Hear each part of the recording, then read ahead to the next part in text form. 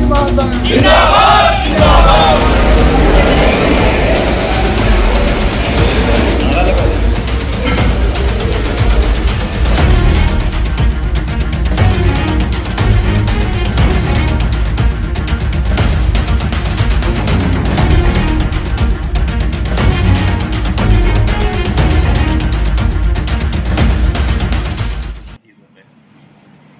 एक अक्टूबर को होने वाली रैली में पेंशन बचाओ रैली है।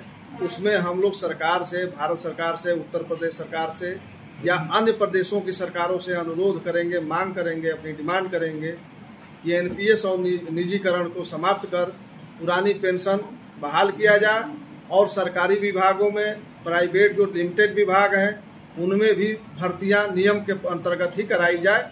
उसी से देश और विभाग बचेंगे और बेरोजगारी दूर होगी और लड़कों में जो कुंठा की स्थिति पैदा होती जा रही है वो खत्म होगी।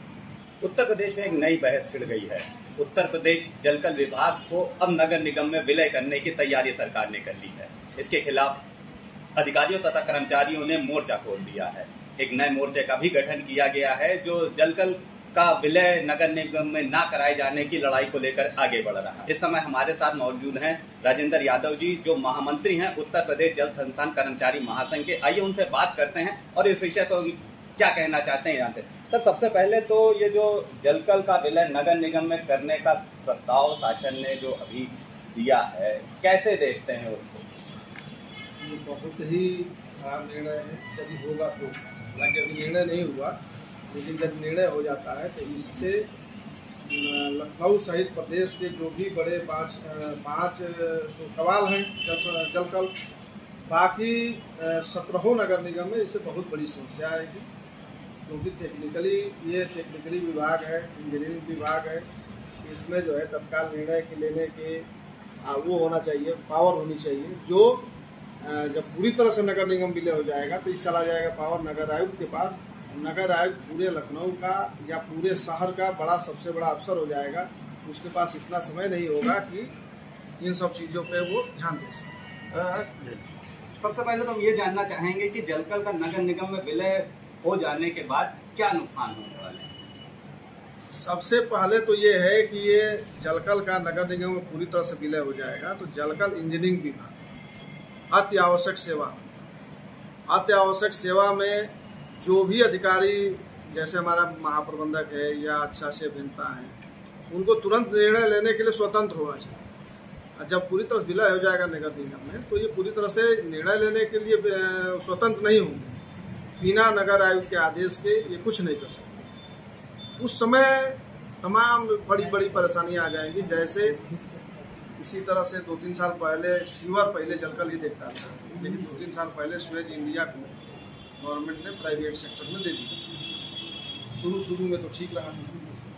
आज क्या पोजीशन है, चारों तरफ सीवर बजा रहा है, लेकिन स्वेज इंडिया को कोई फर्क नहीं पड़ता है।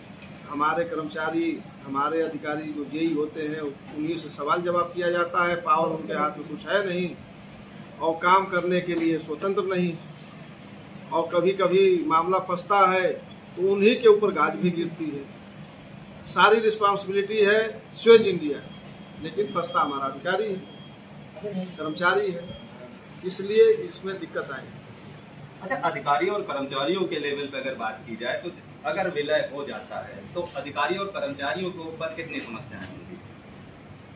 अधिकारी के ऊपर समस्या ये आएगी कि मान लीजिए तुरंत निर्णय लेने के उसके पास पावर नहीं होंगे, और यदि पावर नहीं होंगे तो काम नहीं करा पाएगा, और काम नहीं कराएगा तो शहरवासी उसको घेरेंगे। तमाम तरह की घेरने के बाद तमाम तरह की समस्याएं आती हैं। उसके बाद कर्मचारियों पे ये समस्या आएगी। कर्मचारी पे बहुत खास समस्या नहीं आनी, समस्या सिर्फ इतनी आ रही जी वही देनदारियां हमारी हैं, उसमें दिक्कत पैदा होगी। आज के डेट में हम लोग शून्य पर हैं। नगर निगम में तमाम तरह की पेंडिंग, 7वें वेतनमान का जो एरियर का वो भुगतान होना था, पूरे प्रदेश में सबका भुगतान हो गया है। लेकिन शायद नगर निगमों में, हमको तो लखनऊ का पता है, लेकिन और नगर निगमों में भी पूरी तरह से 7वें वेतनमान का भी एरियर अभी पूरी तरह भुगतान नहीं है। अगर बात करें ग्राहकों की, तो जलकल विभाग का विलय नगर निगम में हो जाने से ग्राहकों के ऊपर क्या फर्क पड़ने वाला है? ग्राहक के ऊपर सिर्फ इतना फर्क पड़ेगा कि जो तुरंत उसकी समस्याओं का निस्तारण हो जाता था, अब तुरंत ना हो करके अब चैनल वाइज होगा और उसमें समय लगेगा, तो समय लगेगा तो तमाम उसके पास परेशानियाँ आएंगी। पानी और सीवर ऐसी चीज़ है, बिजली जो मनुष्य को तुरंत चाहिए ही चाहिए, उसके सिवा कोई चलना नहीं है। सीवर शहर में ना रहे तो क्या पोजीशन होगी, पानी ना रहे तो आपकी ज़िंदगी नाश हो जाएगी, बिजली ना रहे शहर में तो भी ज़िंदगी नाश हो जाएगी।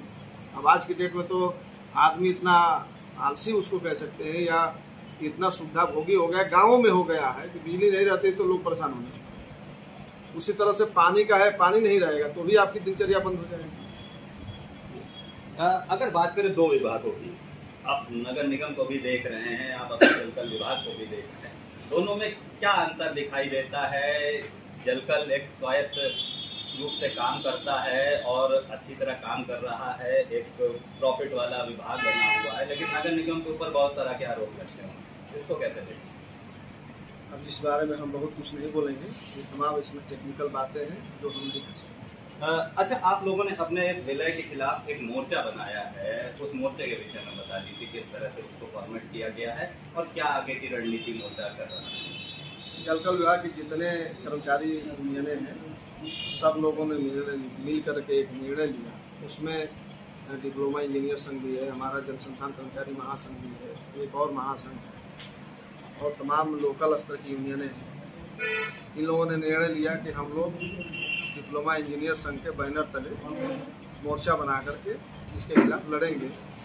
तो मोर्चे की बैठक हुई, अधिकारी कर्मचारी सारे लोग मिल करके निर्णय लिए।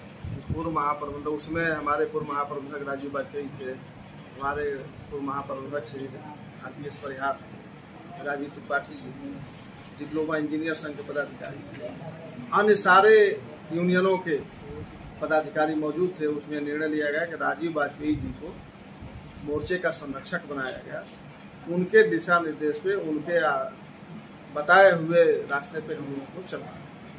तमाम उसमें निर्णय हुए जो कि बताया नहीं जा सकता। ये सारी चीज़ें बताएंगे वाजपेयी जी जो आज के डेट में संरक्षक हैं, वही सारी चीज़ें बताएंगे और आगे क्या करेंगे, पीछे क्या किए, पीछे जो किए वो तो दिख गया, लेकिन आगे क्या करने वाले हैं हम अधिकृत नहीं है उसको बोलने के लिए, वो वाजपेयी जी ही बोले। अच्छा, मोर्चे की बैठक के बाद आप लोगों का एक प्रतिनिधि मंडल नगर विकास मंत्री से भी मिला, क्या वार्ता हुई, उसमें कैसा उनकी तरफ से रिस्पॉन्स मिला है?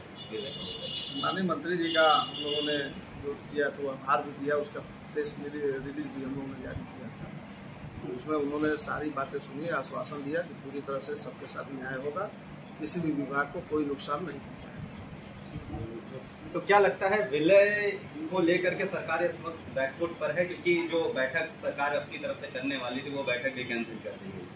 सरकार को हम बैकफुट पर क्यों कहेंगे, बैकफुट पर इसी कहेंगे, शासन का ही निर्णय था। शासन अपने माननीय मंत्री जी से वार्ता के बाद से अपने आप को पीछे खींचा है और मुझे लगता है कि अब जो परिस्थिति थी जैसी थी वैसी है। तो आगे कोई विलय की प्रक्रिया फिलहाल तो अभी नहीं होनी है, आगे होगी तो देखा जाएगा।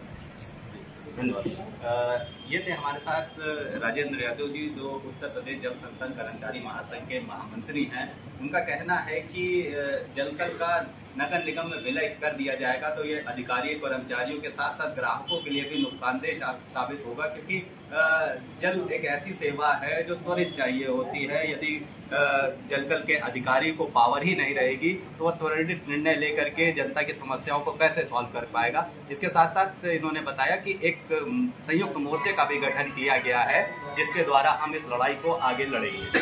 वीडियो जर्नलिस्ट अखिलेश सिंह के साथ संतोष कुमार, भूमि TV, लखनऊ।